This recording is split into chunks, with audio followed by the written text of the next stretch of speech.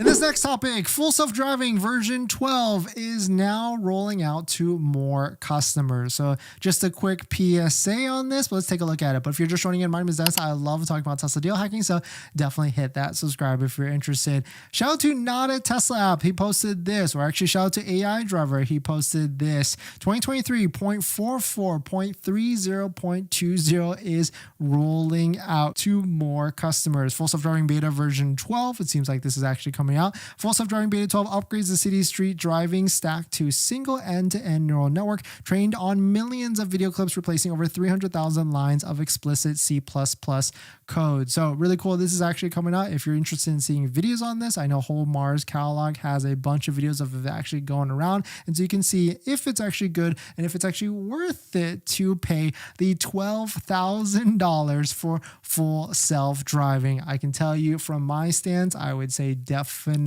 not. And if you still really want to pay for full self-driving, there actually is a $200 a month subscription that you can sign up with Tesla to do that instead.